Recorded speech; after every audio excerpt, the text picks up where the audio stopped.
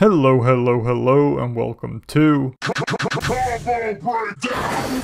Today we're talking about another Commander Legends card, Dargo, the Shipwrecker, a 7/5 trampoline giant pirate for 6 in a red that says, as you cast Dargo, you may sacrifice any number of artifacts and or creatures. This spell costs 2 less for each permanent sacrifice this way, and 2 less to cast for each other artifact and creature you sacrifice this turn. Also, his partner. So, what combos can you do with Dargo? Well, surprisingly, you can continually loop this beefy mono-red commander for infinite ETBs, death triggers, etc. You know, all that good shit. How? Well, Dargo's reduction ability makes it so if you sack 3 artifacts and or creatures, he only costs 1 red mana. But if you cast Dargo for 1 red because you sacked 3 things, and then you sack Dargo and send him back to the command zone, he still only costs 1 red mana. This is because you sacking Dargo reduces his cost by 2, negating the additional 2 from the commander tax. This means if you sack Dargo with a sack outlet that makes 1 red mana, then you can continually cast Dargo for free. Phyrexian Altar and Thermopod both allow you to sack a creature to make a red mana. So if you sack 3 things and cast Dargo for 1 red, and then sack Dargo for red mana, you can replay him with that red mana, and repeat this loop continuously for endless ETBs and death triggers. Some classic ETB win cons that can be used in mono-red builds include Impact Tremors and Purphoros to ping your opponents to death, or Alter the Brood to mill your opponents out.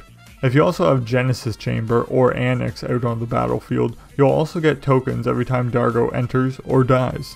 You can then sack those tokens to Phyrexian Altar for endless colored mana. Or, since you're casting your commander continuously, you can just win the game with a storm card like Grapeshot that will copy for every time you've cast Dargo this turn. But since Dargo has partner, we can also partner him up with other partner cards to get more win cons, like Tormod the Desecrator. This gives you access to black, which allows you to play more cards that care about death triggers like Blood Artist, Sir Conrad, and Pitiless Plunderer. But Tormod himself is also a nice payoff for looping Dargo. Tormod says whenever 1 or more cards leave your graveyard, you create a tapped 2/2 zombie creature token. With the changed commander death rule that says now commander cards hit the graveyard and then return to the command zone, that means that every time Dargo dies, he hits the graveyard, then leaves the graveyard, triggering Tormod to create a tapped 2/2 zombie token. But in my opinion, Dargo's strongest partner is Jeska, the new red partner planeswalker from Commander Legends. For 2 in a red, Jeska enters with loyalty counters equal to the number of times you've cast a commander from the command zone this game, which is great for Dargo. So if you got your Dargo loop going, repeat it for, 50 times, and then cast Jeska. She enters with 51 loyalty counters, and then you can use her Neg X ability that says, Jeska deals X damage to each of up to 3 targets. So, minus 50 Jeska to deal 50 damage to each of your 3 opponents, and you win the game. But in Magical Christmas Land, with Dargo and Jeska as your commanders, you can kill an opponent on turn 2.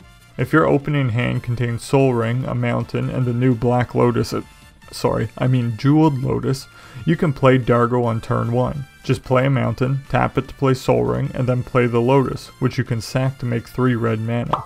Now, tap the Sol Ring for 2 mana, and with that and your 3 red mana you can cast Dargo for 5, since he costs 2 less to cast because you sacked your Lotus this turn. On your second turn you can cast Jeska with your Sol Ring and your mountain and use her Zero ability, which says, choose a creature. Until your next turn, if that creature would deal combat damage to one of your opponents, it deals triple that damage to that player instead. So target Dargo with that ability and swing at an opponent for 7 damage times 3, or 21 damage, which is lethal due to commander damage.